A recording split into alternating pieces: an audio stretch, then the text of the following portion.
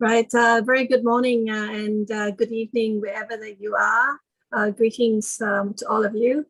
Now that Ajahn Asoko is in the room here with us, let's all put our palms in Anjali and pay respects to Ajahn by offering 3 bows. First bow, please. Second bow. And third bow.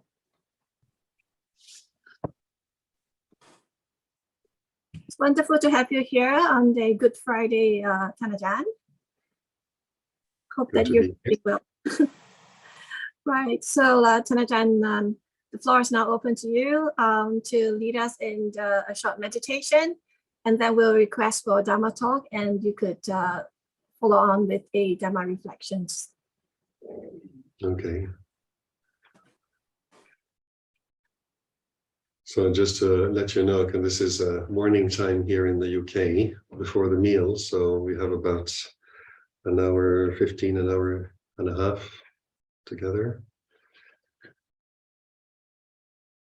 So we're going to start just with sitting quietly together, just for a few moments.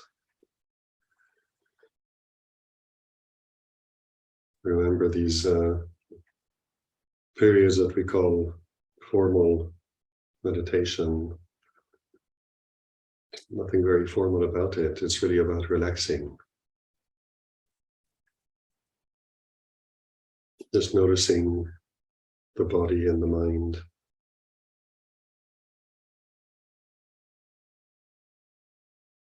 Noticing the silence around us.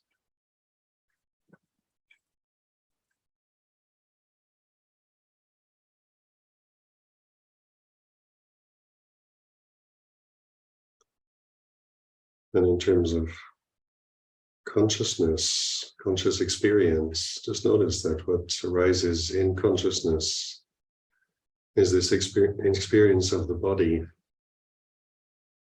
what it feels like sitting here.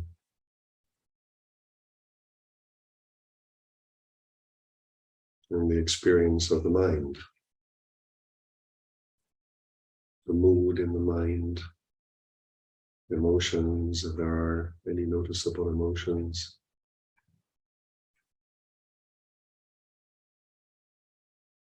Noticing the arising and passing of memories and thoughts.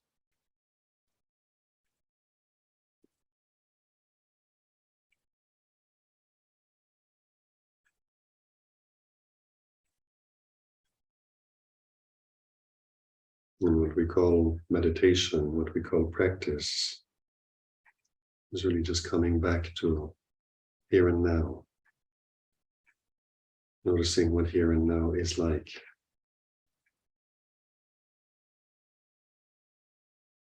How the body feels. Comfortable or not quite comfortable. At ease or not. Some areas are relaxed, some areas are maybe a bit tight or sore.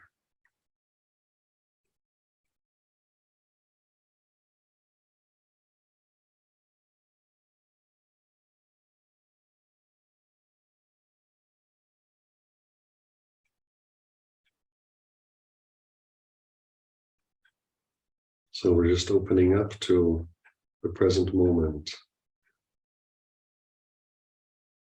bringing to it the willingness to know it for what it is.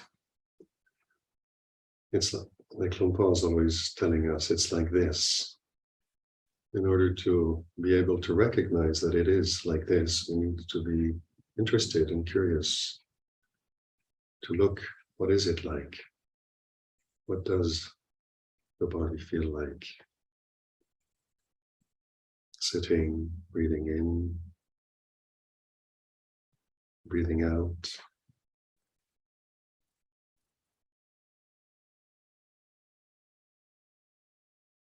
And the mind is like this on Friday, end of the week.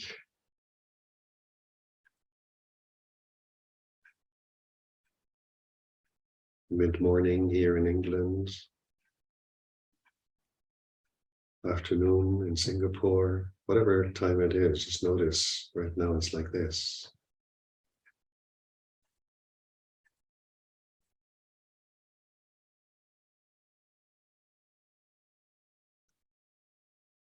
Then we might like it or not like it, the way it is, the way this body feels, the way this mind is. That's also part of the way it is. Likes and dislikes are like this.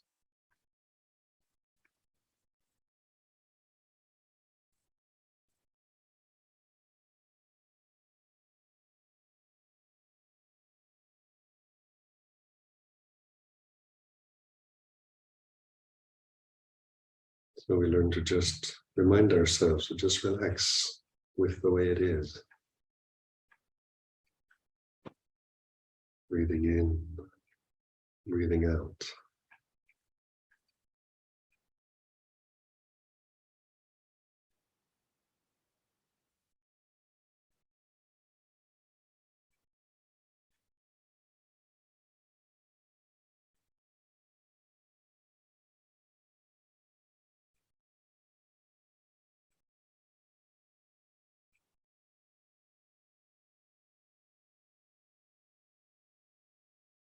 Just gently staying with the sensations of the breathing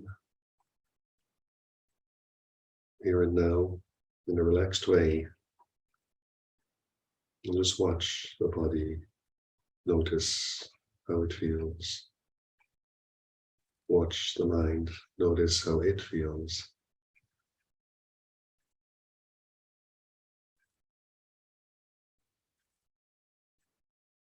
And from this position of just being present and recognizing how things are here and now, whatever arises, that ceases. We allow things to arise and to cease.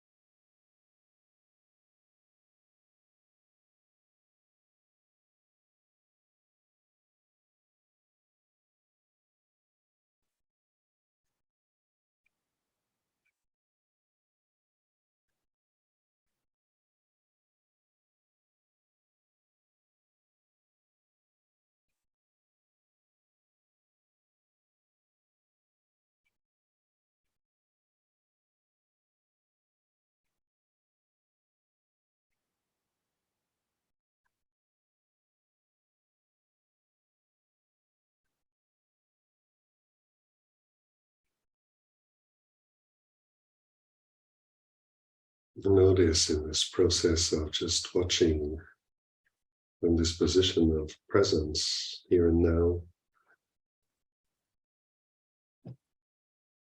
being with the body and mind, how allowing what arises to just follow its course and cease.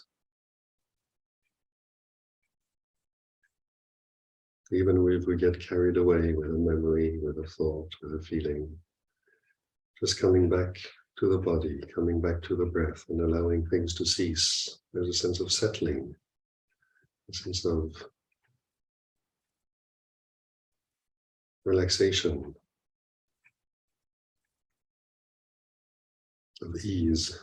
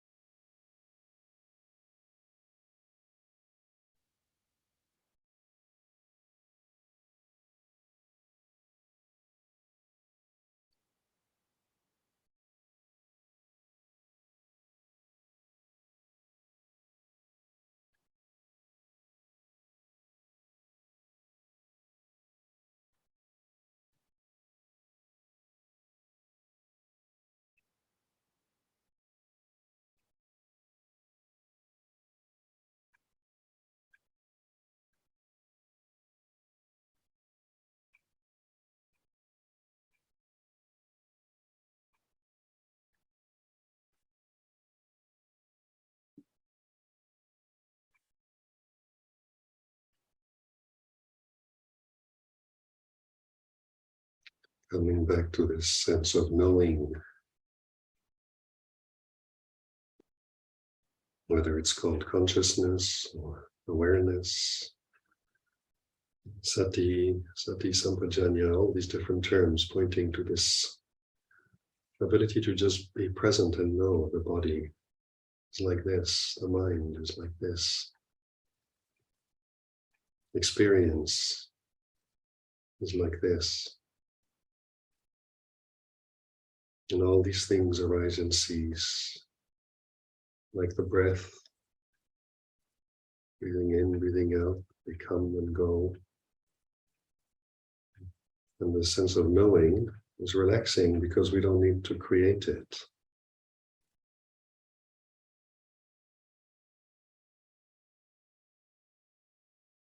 It's always here and now.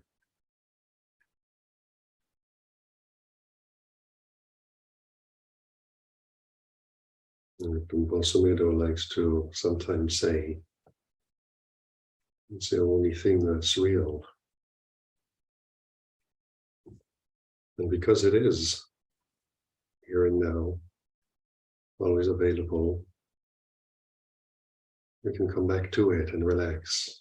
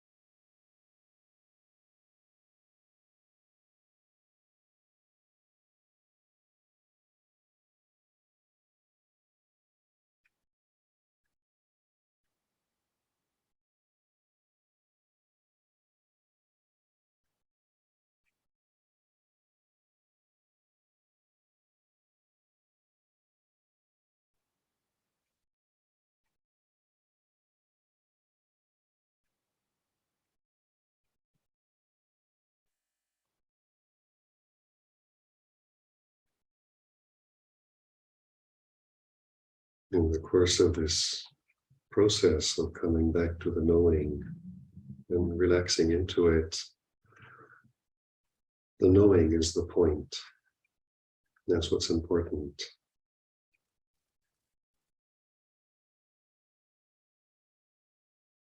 So we can guide ourselves towards the relaxing into it, but also notice how relaxing is very pleasant. And then sometimes we have a tendency to just slide into the relaxing part and forget about the knowing. So if that happens, notice that.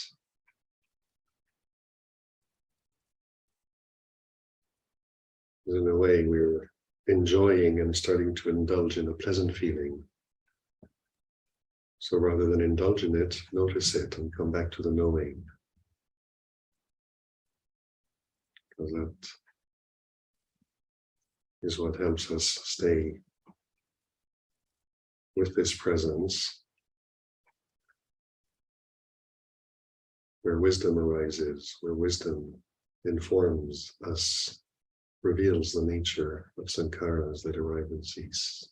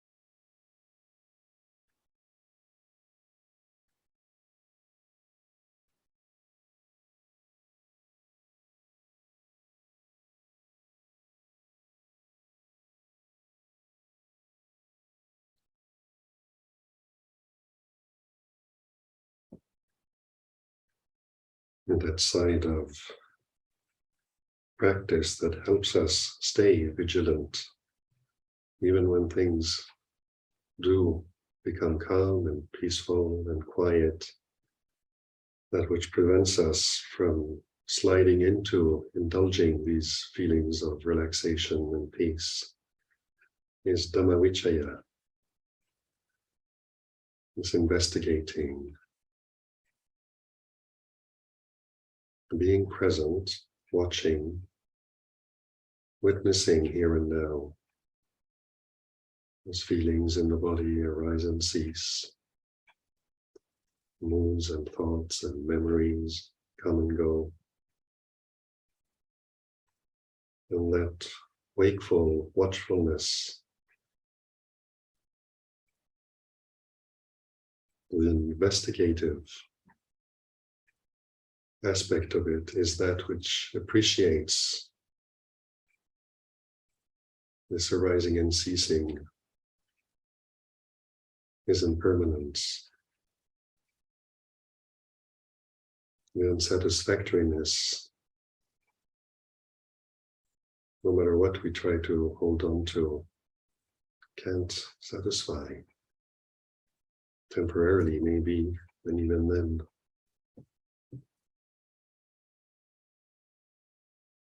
And it's this Dhammavichaya, this wakefulness,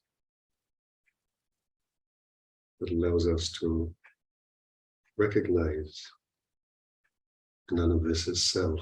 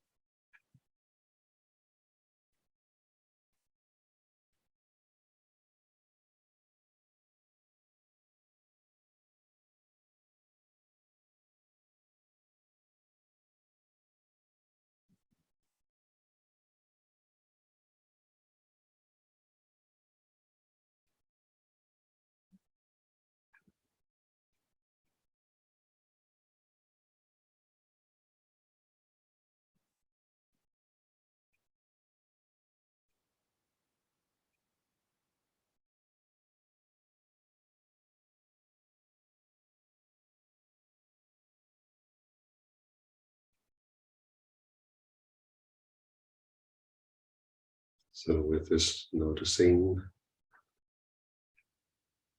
breathing in and out, experiencing the body and the mind as they are.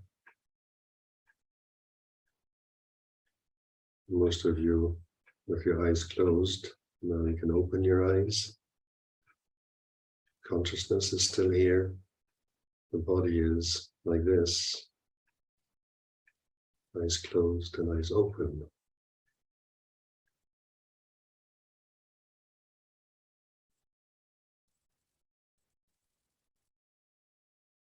The sense of presence is really something that we practice like this in what we call formal meditation. It's very good to learning to recognize this sense of presence, and then when we open our eyes, maybe change postures,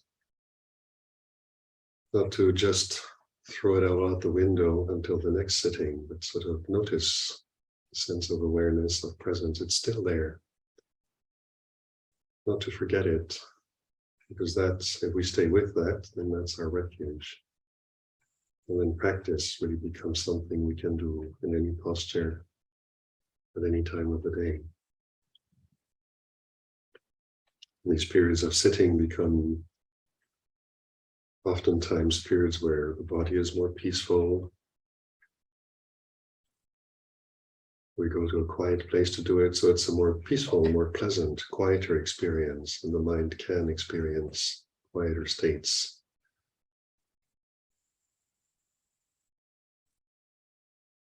And then the cultivation of this, staying with this presence, is something we can carry through the various activities of the day.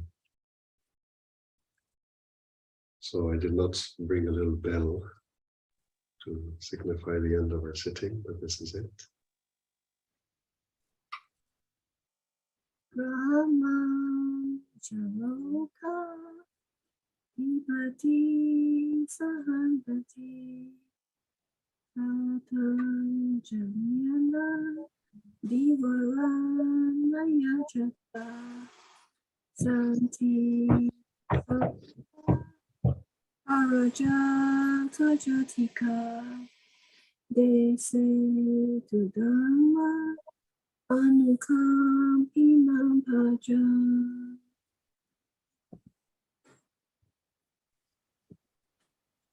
Namo tassa bhagavato arahato samma sambuddhassa. Namo tassa bhagavato arahato samma sambuddhassa. Namo tassa bhagavato arahato samma sambuddhassa. Buddhaṃ Dhammaṃ Saṅgham Namasami.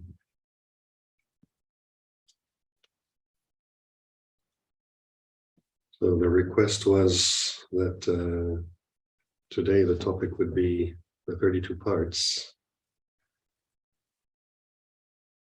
It's not very common to, outside of monastic circles, to be addressing the 32 parts, because this is a topic that has a bit of an unsavory reputation.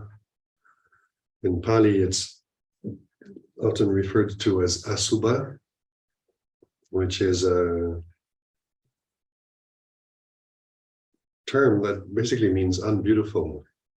Subha in Pali means beautiful, and with the A in front is kind of the opposite, what is not beautiful. And it's very interesting to notice the unattractiveness of the topic makes a relationship to it, that very often determines the relationship to it. So I like to think of the 32 parts as that, rather than anything disgusting or repulsive. Because if we try to talk about something like that, people usually would rather hear about something inspiring. Talking about the repulsiveness of the body is not attractive. It's not very good marketing. And sometimes people are not very keen to hear about that. They'd rather hear about some more inspiring things. So that attitude in itself reveals what this is all about. It reveals this tendency we have to be attracted to what's beautiful and positive and be repelled by what is unbeautiful, boring, ugly. So the Buddha uses this as a tool to learn to look at this body. So as his whole teaching is about recognizing Dhamma, we need to recognize what it is that we're holding on to that prevents us from seeing the Dhamma. And the whole aspect of non-self, anatta, which is really a very specifically Buddhist teaching, is something that we need to learn to investigate. So in the same way the Buddha teaches the Four Noble Truths, he starts with pointing out suffering as it's a reality that we all experience, but we naturally tend to turn away from. Either we don't recognize it or we don't really want to recognize it. Same with the body. There are aspects of the body that are real, but we're not interested in. They're not things that we are inclined to turn our attention to. And because of that, because we're not willing to look at the body in certain ways, it conditions how we relate to the body. So the basic premise is that this body is desirable and it's mine. We identify with it, meaning we give it a name and we relate to it in ways that are in which we get very involved with it. Anything that happens to it gives rise to a lot of emotions, whether they're positive or negative. And so what the Buddha's pointing out is, like in the Four Noble Truths, before saying there's the path or there's the end, there's this liberation, which is fantastic and wonderful. He points out to what the issue is that we can immediately work with. So with the body, that's what he's doing as well. In the Four Foundations of Mindfulness, in that teaching, the first foundation is the body, and he elaborates on 6 different ways of relating to the body. They're all about learning to look at the body as being a body. And they're not things that we usually do. So when we follow his recommendation and start looking at the body as something that breathes, as something that goes through 4 postures day in and day out, as something that moves about. The arms bend and extend, the legs as well. We turn forward, backwards, chew and swallow food, go to the bathroom.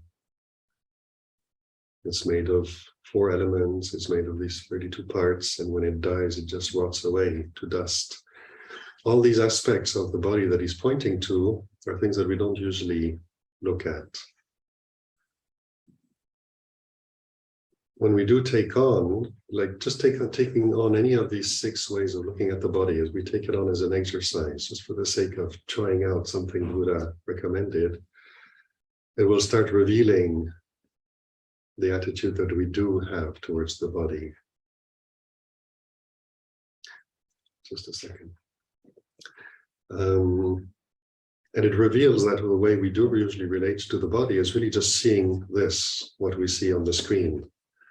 We see skin, hair, teeth, nails. We see the wrapping of the body. And even then, we don't see most of it because we wear clothing, we cover it up.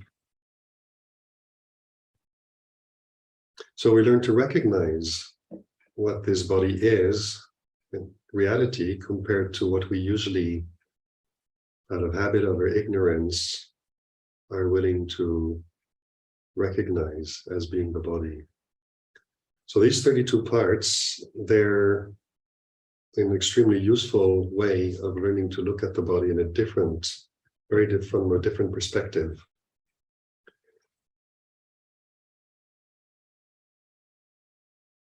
what it reveals is that our usual way of looking at the body is that it's me.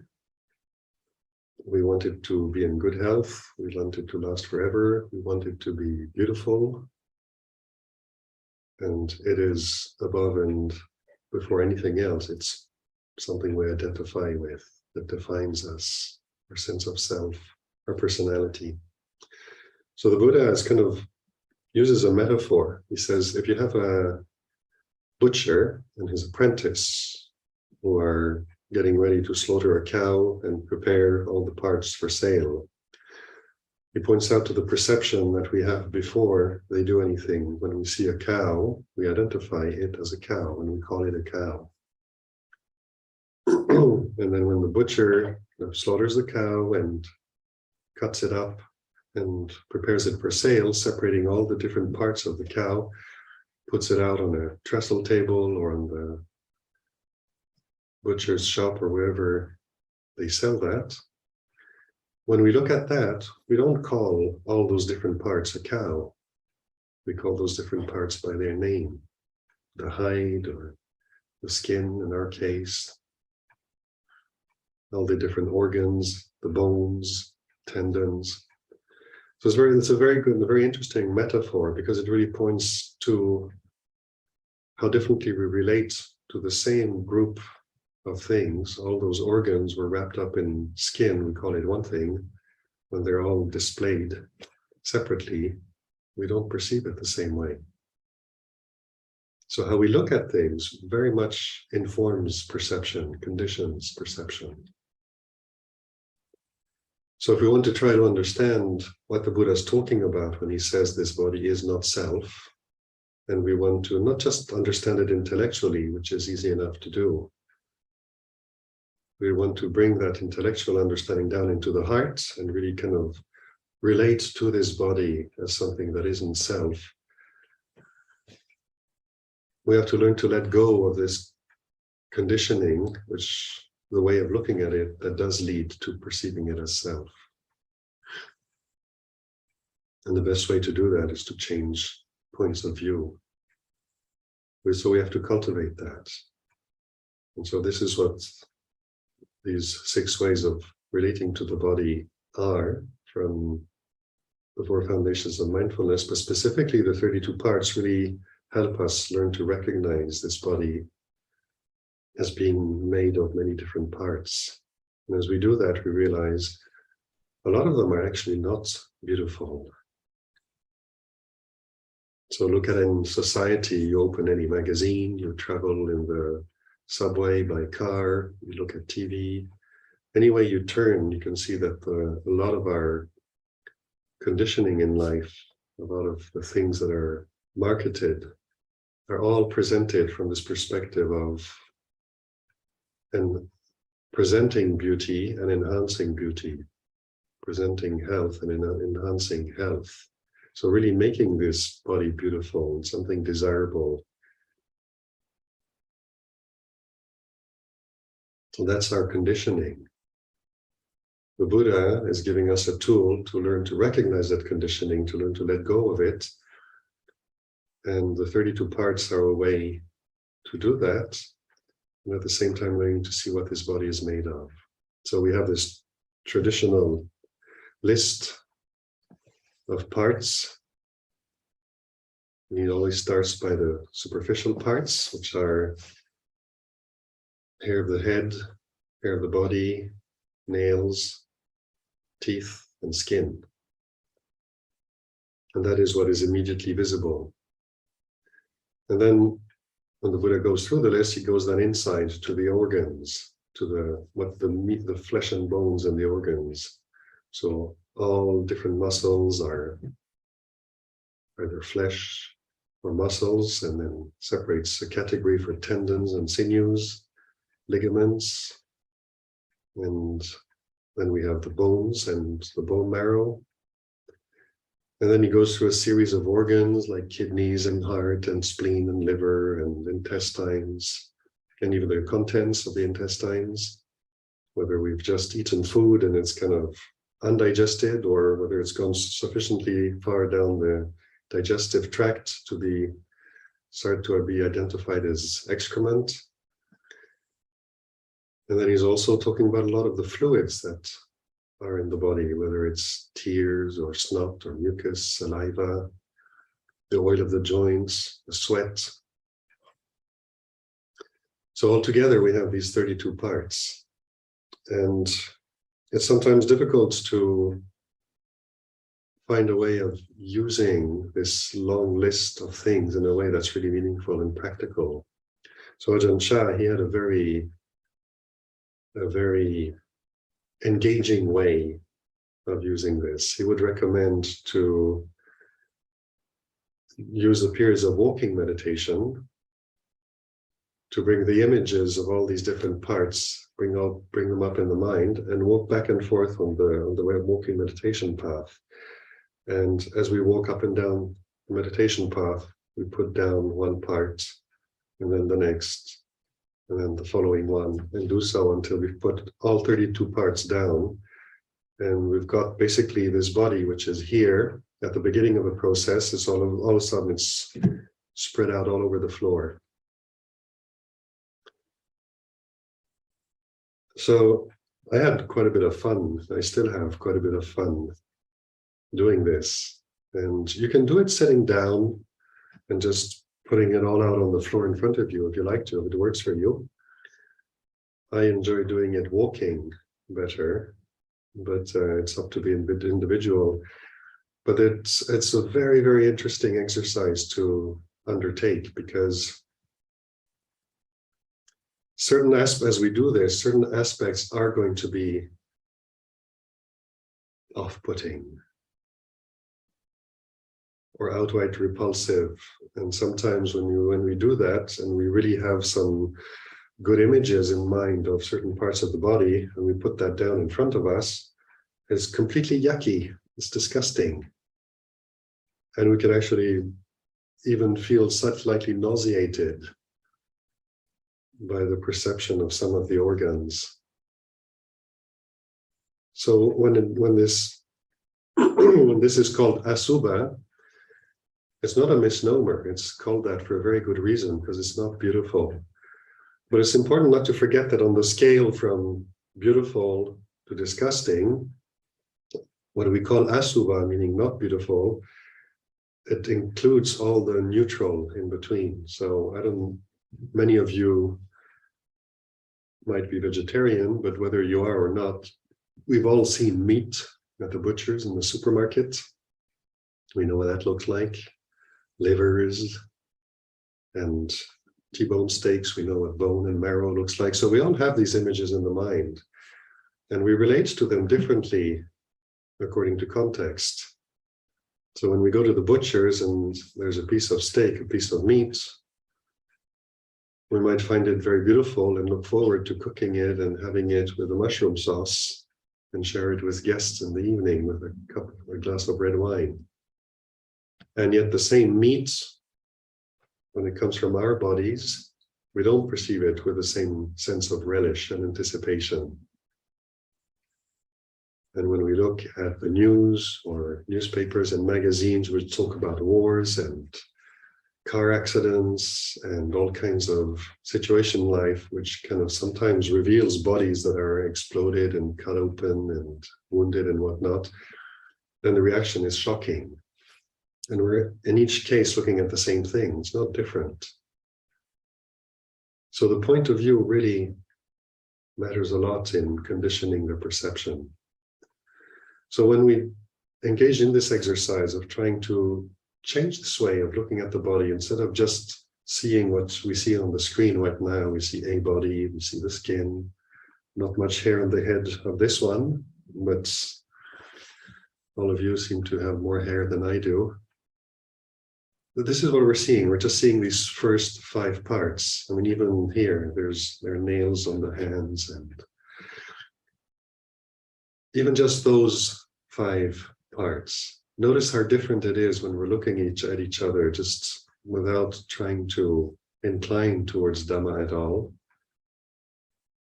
and just allowing whatever conditioning is present to do what it does.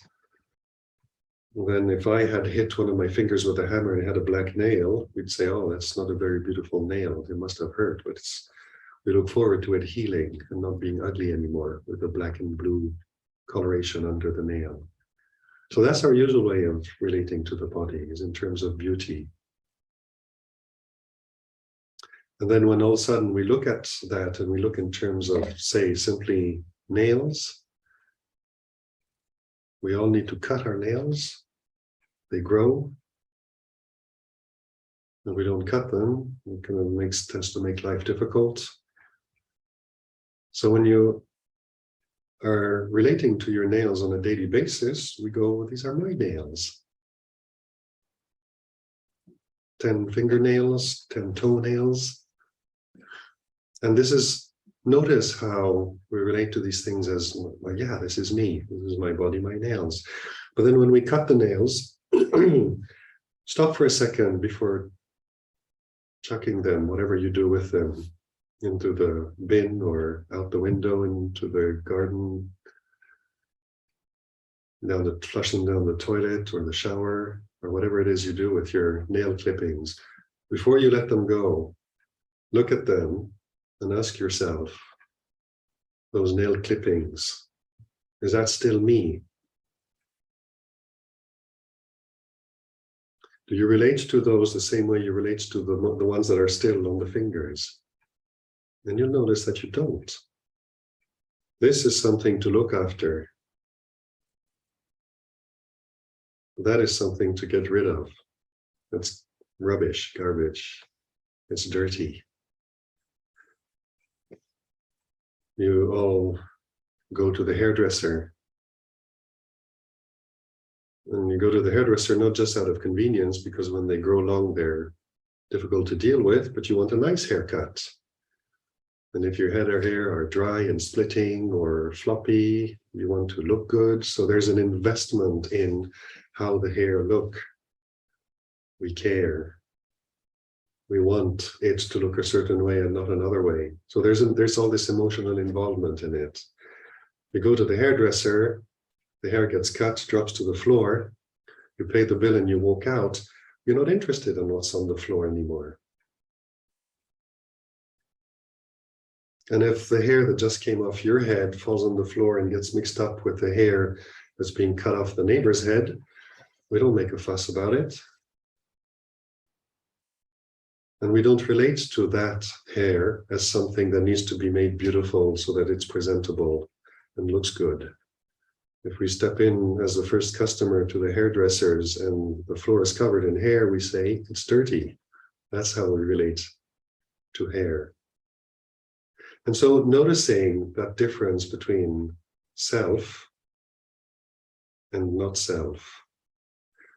When we relate to this body as self, we care, we worry, we want, we don't want, we like, we dislike. We want it to stay the way it is and not change, or we want it to be otherwise because we don't like it the way it is. A lot of an emotional involvement arises from a relationship to the body that is based on this identification with it. When you go to the supermarket and you walk past the fridge with all the meat in it, we don't relate to that and being anybody's. We all assume it's pork and beef and lamb and whatever it is they sell there. I wouldn't have a clue if there was human meat in the fridge if I walked past it. I wouldn't recognize it, and I don't identify and relate to it as being anybody. Heidi the cow and Jackie the chicken. We don't relate to it. We don't identify with it. And so where contemplation of these 32 parts really, really bears fruit in terms of revealing this sense of self and non-self, and then the emotional involvement that comes with self, and the sense of freedom that comes from the perception of not self, is working on this one, on this body. So next time you go to the hairdresser, before you step in, just notice my hair. Before I shave, I kind of look in the mirror and I look at all this little fuzz here. And intellectually, I know it's not self. But just watching at the usual conditioned way of relating to it, this is still me. I have fuzz on my head. I have hair on my head. And then you go and cut it, shave it, whatever you do. Before you discard it, watch it. And ask yourself, is this still me? And there's no way it is. We don't keep the hair we cut. We don't keep the nails we clip. We don't keep the skin that flakes off us. So there's many ways that we can kind of look, and this is just talking about the first 5 parts. Teeth as well. 2 days ago, I accompanied Luang Por Sumedho to a visit to the dentist.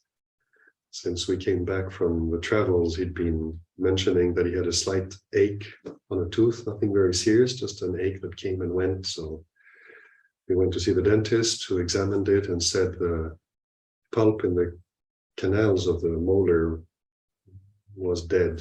And there was a very slight infection under the tooth and inflammation. So he had a choice between doing root canal treatment or just pulling the tooth. And so we went back a second time, it was 2 days ago, and he decided to just have the tooth pulled because it's a much easier procedure and doesn't involve such long an hour and a half sitting there with your mouth open. And it turned out he wasn't using it for chewing very much, so the tooth got pulled. And it's very interesting to watch the tooth in the same way we watch nail clippings. We notice the hair being cut.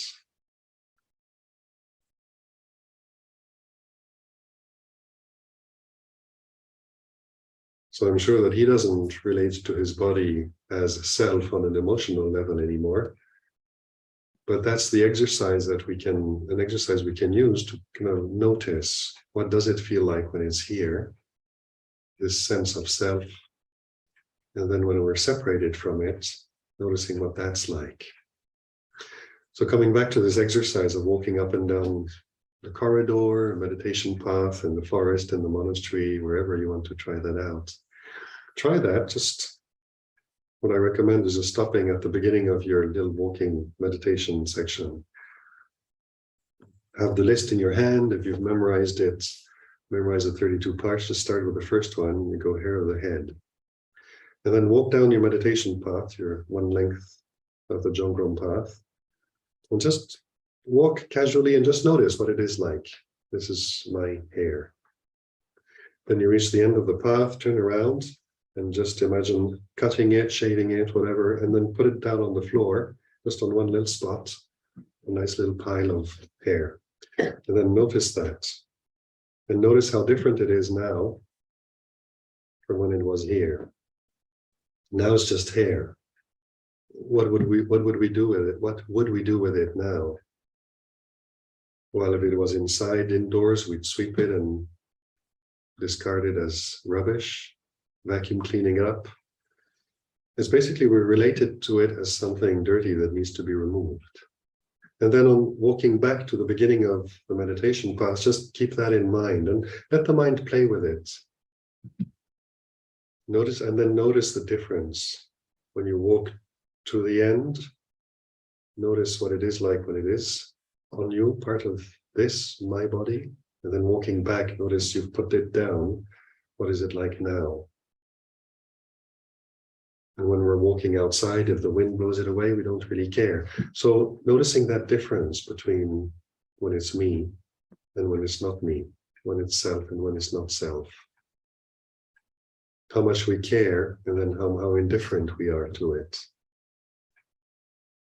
And then before starting again, you turn around, you take the next part of the body, hair of the body, in the armpits, wherever the little fuzz, very light fuzz that grows almost all over the body, wherever that is.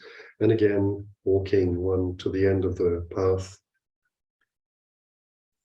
When it's on me, it feels like this. And then you just make a little pile of all the body hair.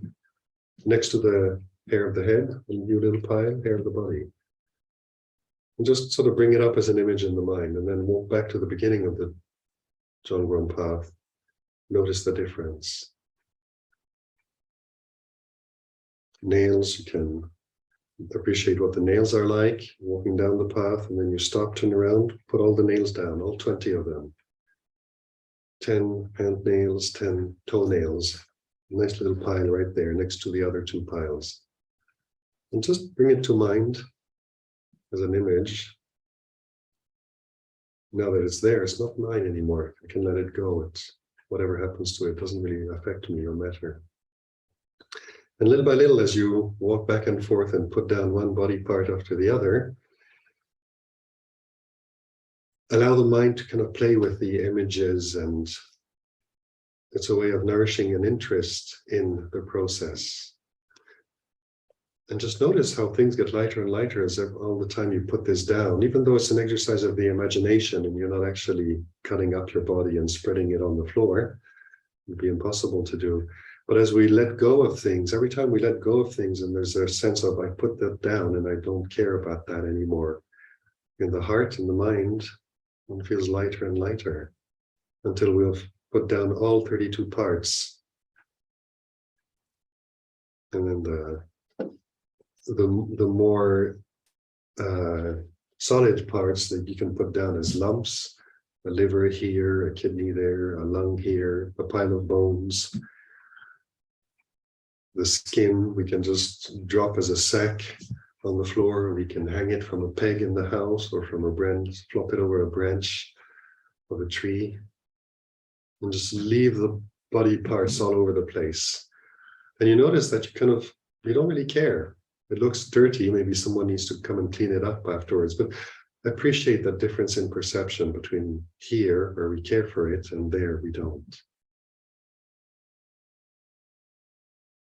So this is a way of cultivating this sense of it's not self when it's down on the floor. And then Ajahn Chah suggested putting it back together again. And that is a very interesting exercise, because when you've put it all down and you don't care about it anymore, it might not strike you as being particularly disgusting. It's just undesirable. Let it go. But when you start putting it back together again, so what I do is I start with a skeleton, because I've got a bit of a mechanistic bend to my mind. So I put the skeleton then, and then I can put everything back onto the skeleton. So it kind of works for me, but whatever works for you. But notice how when you start picking things up and putting them back here, there's a sense of, yuck, that arises. When I put down an organ that I can find at the butcher's, meaning it's not particularly human, but a lot of animals have livers, kidneys, muscles, bone with bone marrow. I mean, Italian restaurants sell osso bucco. It's something very appreciated by some people, fine culinary item. So basically, it's bone with bone marrow and meat. And these things are food for half of nature. I very often started being amused during my exercises doing this, where I put down, say, my liver. And in Thailand, where I spent many years, a lot of dogs that come wandering into the monastery, sniffing around, chasing each other, and then leaving. If they come across a liver in the forest, there's no doubt what they'll do with that, and just snatch it, go and try and hide and see if they can eat it all by themselves before another dog comes to challenge their lunch. That's the nature of a liver. Many things happen to a liver. So when a liver is in here, it functions a certain way, but sometimes it dysfunctions, it gets sick. Problems arise. That's all what happens to a liver when it's in the body. When you put it outside and leave it on the floor, then other things happen. It might just shrivel up and dry if the weather is sunny and dry. It may get moldy and rot away if the weather is very damp. If animals are around, very likely dogs and birds and all kinds of creatures will come and fight over it and eat it. That's also the nature of a liver. So when you walk up and down a meditation path, or you're just here in sitting meditation and putting it all out in front of you, whatever perceptions arise when it's out there, it's not self, it's not desirable, it's not beautiful. It's just a liver, it's just a kidney. Sometimes it's actually kind of pure disgusting, yucky, gooey, sticky. So when you have put everything down and then you start putting everything back together again, we don't want to be associated with all this kind of stuff. If you have the courage to ask your hairdresser to collect the hair, to put it in a bag for you so you can take it back home and not feel like you're going to seem a bit like a bit of a nutcase if you ask that, try it and see what the reaction is when you're carrying your bag of hair, cut hair around. Notice what that feels like. And so when we're doing this exercise just by imagination, sort of putting all the body parts all over the place and then putting them back together, the reaction is like, no, thank you, I don't want that. But gently, kind of just noticing it and doing it gently without, have you noticed that when you do that, there's a strong reaction, sort of really averse reaction, just stop and wait for a bit and just sort of gently bring it back together, because basically we're still using this body, it's not yet dead. And when you succeed to bring it all back together, and then in the end, just put the skin back to cover it all, hair of the head, hair of the body, nails back, teeth back, and now it's functioning and useful again. The perception you have of the body is a very different one from the one you started off with before the exercise.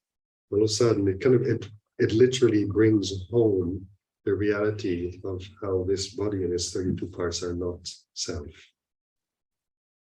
So we started off with this being me and mine, and then we spread it out all over the place.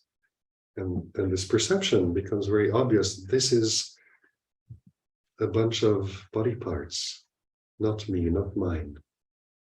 So now we have this perception of not me, not mine. And we put all of that back together.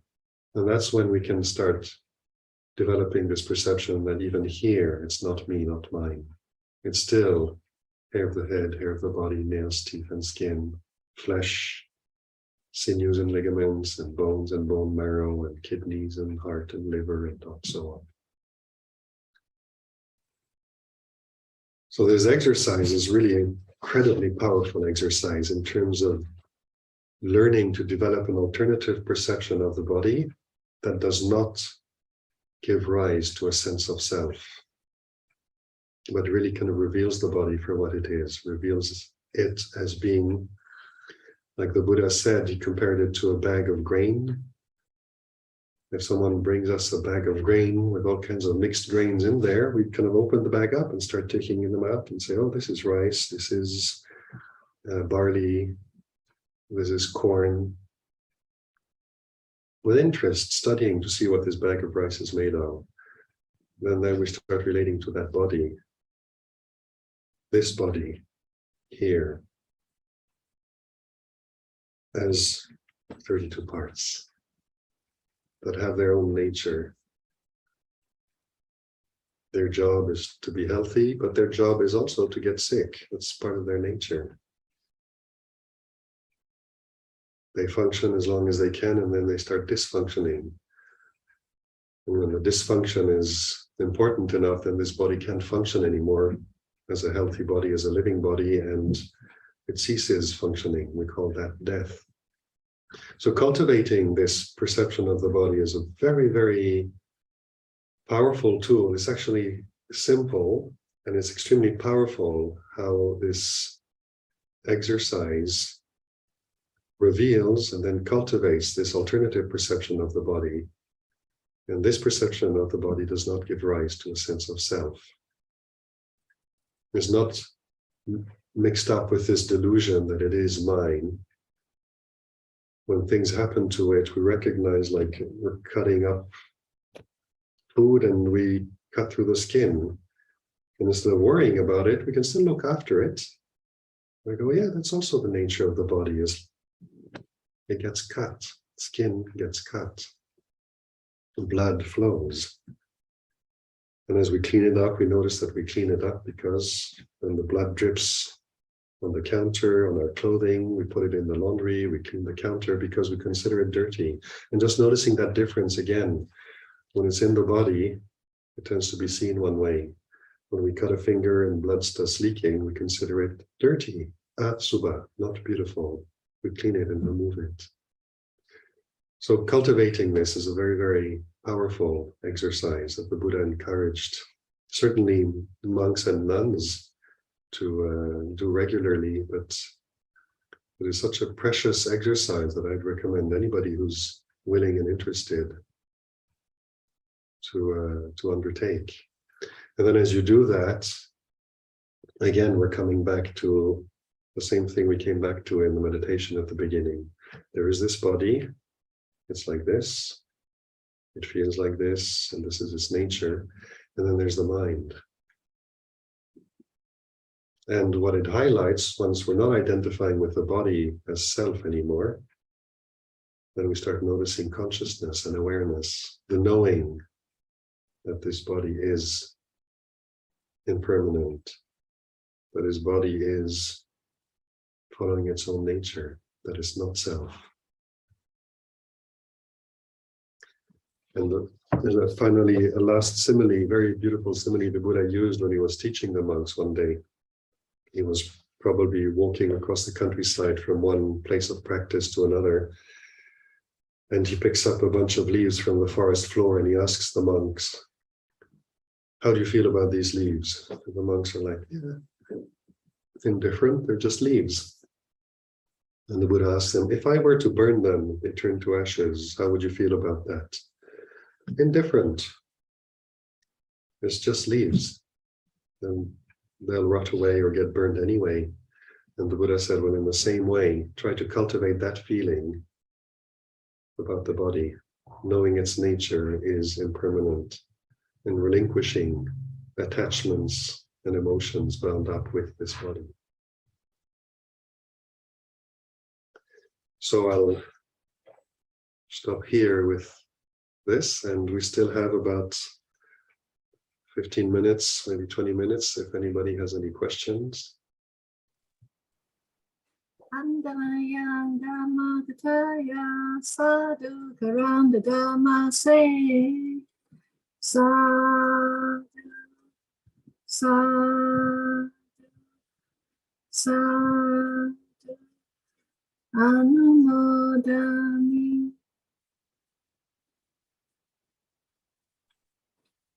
Thank you, Thanajan. I'm quite sure many of us have been quite attentive, quite grossed out, and that you may have got some questions.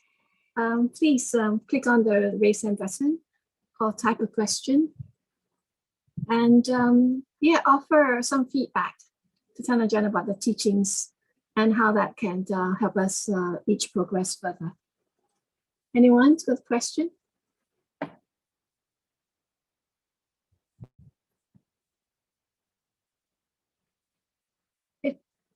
I have a question, Thanajan. Yes. When we practice the 32 parts of the body, must we go according to the order of the external before we get into the internal, or do we just whatever that comes to mind? Whatever really comes to mind is fine. But I've always found that there's wisdom in the way the Buddha presents his teaching.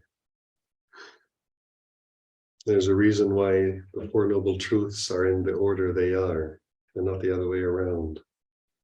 There's a reason the four foundations of mindfulness are in that sequence.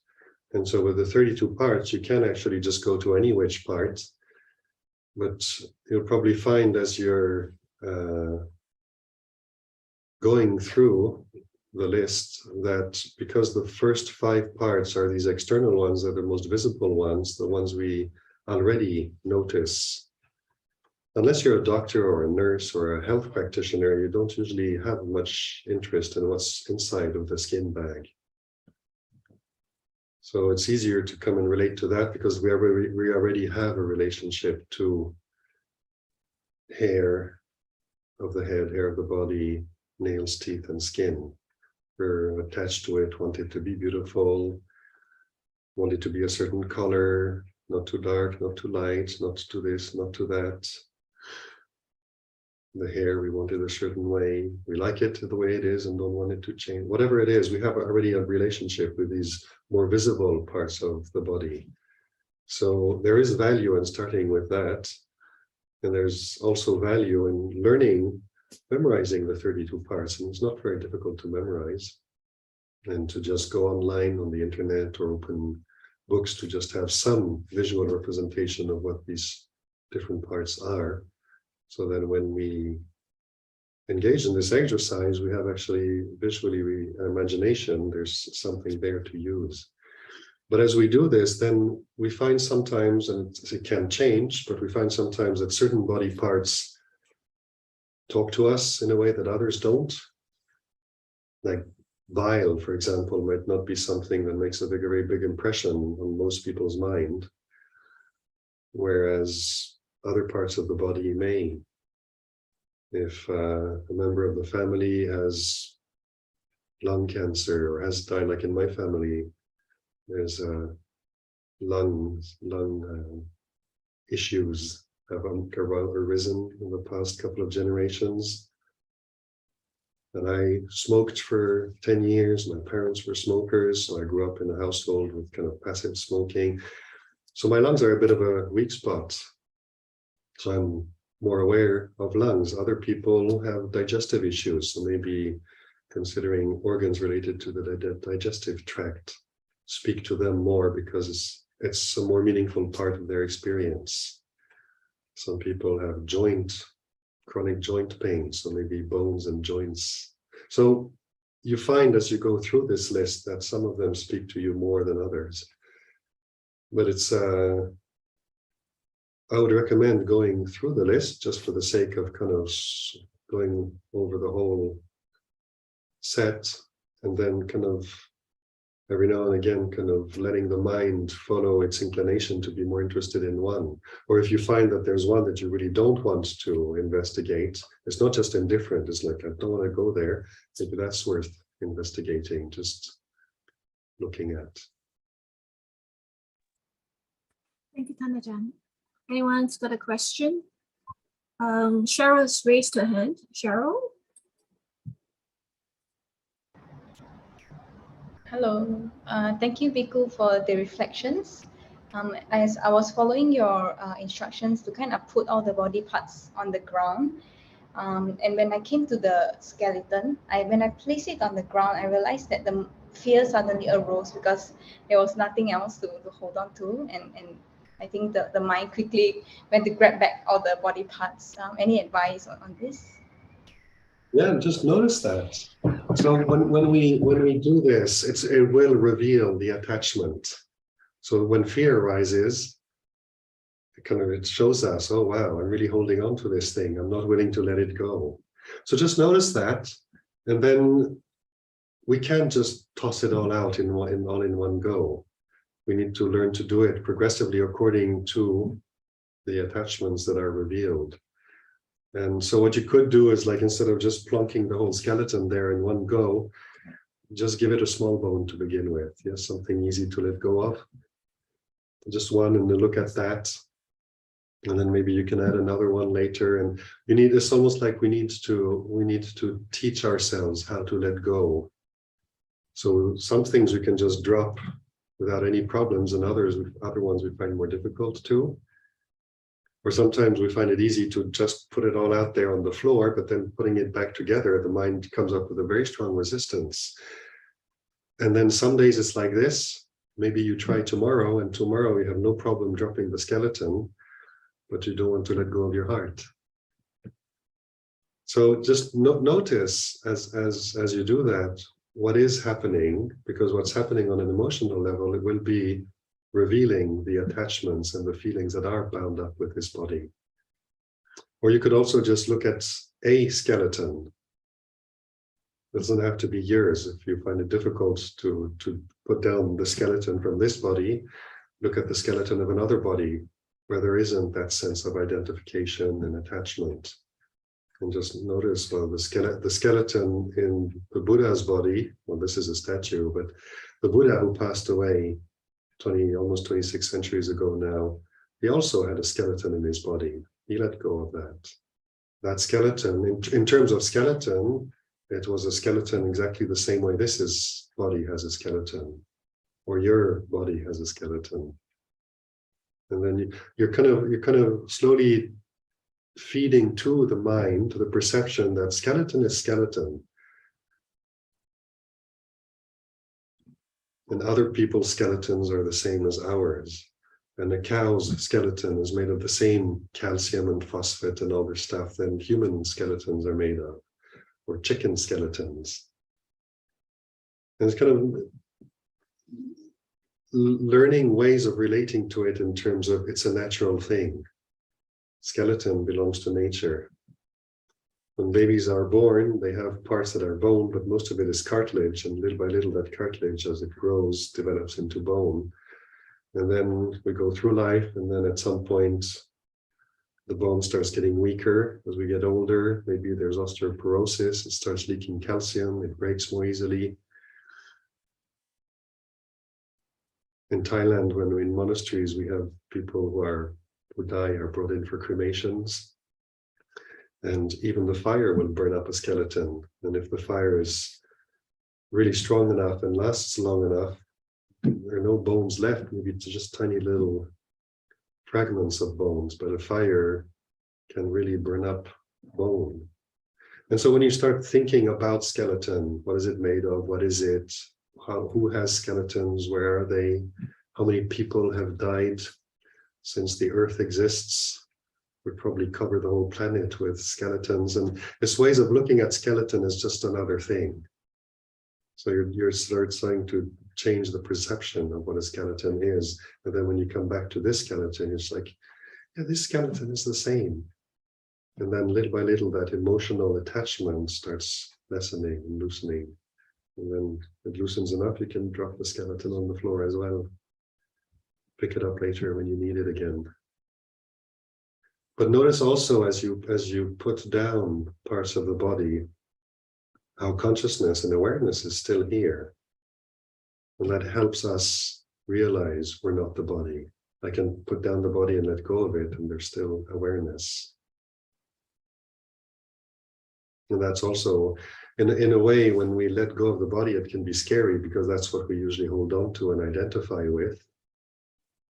Sometimes these days, Luang Por Sumedho, in some of his Dhamma talks, he says, if you want to identify with anything, identify with awareness, with consciousness, because that's what you really are. You can't really identify with it and make it me and mine, no more than we can make the air and the clouds and the wind self. But it shows you how we create that kind of sense of self through thinking, through emotional attachment. So use this and then see watch what the reaction is. And then if the reaction is a bit too strong and you realize, oh, I can't do this, try something smaller, try something lighter, maybe remove it, look at other skeletons. But generally the idea is to kind of realize that this body really is just made of food, and will go back to ashes and become food for the next plants, for the next creatures, and it's really all just a cycle. And then there's awareness. And the sense of self is something we create. Is that helpful?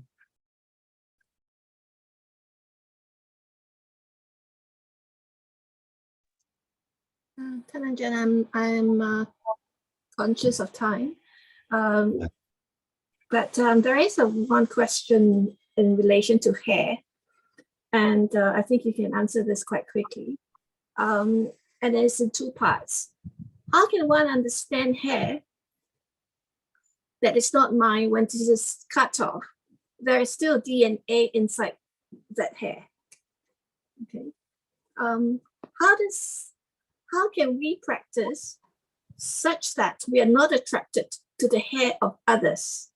Example, the long female hair color, the smooth as silk hair that belongs to another person. So I guess the first part is the part about the DNA. We create that sense of identification, whether it's with hair or with DNA in the hair.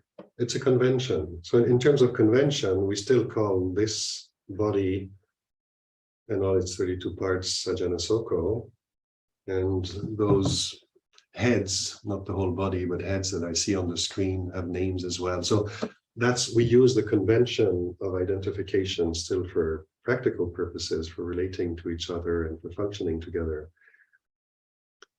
But we learn to recognize it's a convention. So even when we see through the identification with the body, we might still, if someone asks me, who are you?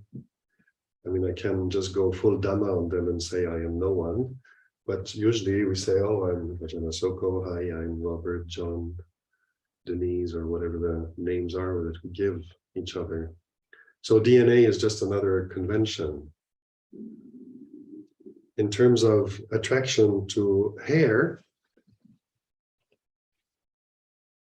if we really look at what the process is in the life of hair, how does it start?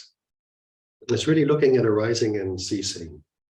So before there is no hair, like some babies are born with very little hair on their head or just very little thin tufts of hair. So that's the beginning of hair. And then what happens to hair? At one point in the process of hair, it might be long and silky and beautiful and attractive. And we're not trying to deny that. But if that is the only aspect of hair that we recognize, then we get stuck on the relationship to hair as being long and silky and attractive. Whereas if we learn to open up and look at the whole process of hair, before it was long, it was short, it was less attractive. And then what happens if you don't wash hair? Well, it doesn't stay shiny for very long. Wait long enough, you get dreadlocks. And if you take a dreadlock to a lab and ask people to tell you what's in there, I am convinced that you will find it positively disgusting. That's also the nature of hair. So we wash hair all the time because otherwise it gets dirty and it's not silky and beautiful. So what you're doing is kind of challenging the solidity of this perception that hair is beautiful and therefore attractive. And you challenge it by looking at other aspects of hair. So if someone with very long, beautiful and silky hair appears attractive under one set of circumstances, I suggest maybe you go to the shower after they've used it and they've left, and you clean the shower drain and see if you find that hair long and silky and attractive. So we need to be willing to kind of investigate and look at the whole picture in a way. So look, if we find ourselves stuck with something or stuck in a relationship to something because we find it attractive and desirable, then we need to learn to investigate and look at the wider picture and look at other aspects of this one element that in certain circumstances looks like this and therefore causes a sense of attraction. And when you look at the wider picture, you find that you lose taste for it, or maybe it's still attractive, but it doesn't have the same pull because you know that before and after it's unattractive. And so it's almost like educating the mind to the whole picture of reality rather than allowing ignorance to just settle with one aspect of something that conditions our reaction to be very narrow and we may get stuck with. So investigating the whole story. Very often reveals more aspects of hair or skin or whatever it is. And then that kind of passion in the heart that arises because we only see the attractive aspect of something, hair, that passion kind of isn't fed by the same conditions. The picture gets wider, and then that doesn't give rise to the same passionate reaction. So that's why the Buddha calls it dispassion. Learning to recognize things the way they are in reality leads to dispassion. And when we lose the passion for it, the natural thing is to let go, relinquishment.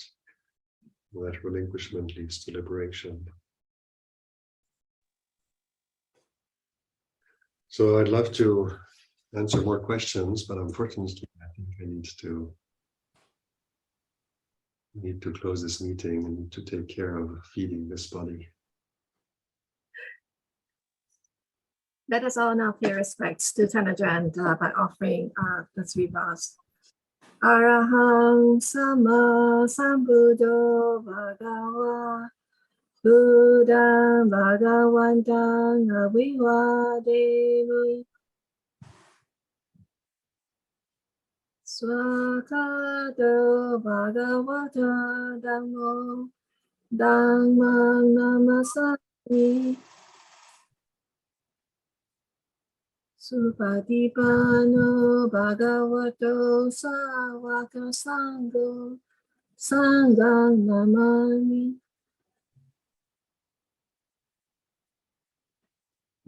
Thank you, Ajahn. There are still a lot of questions, but I will collate them. I'll send them to you at a suitable occasion that we can have you again, that you can answer them. Okay. Well, thank you for all of you for joining, and for I just noticed now that there are 106 participants, and I think that's actually not a bad show up for such a usually unsavory topic. So it was very nice to see that so many people are interested. There were 120. 14 must have grossed out after the teaching. Well, still, it's an impressive show up. Okay. Thank you very much to all of you. Thank you, Ajahn.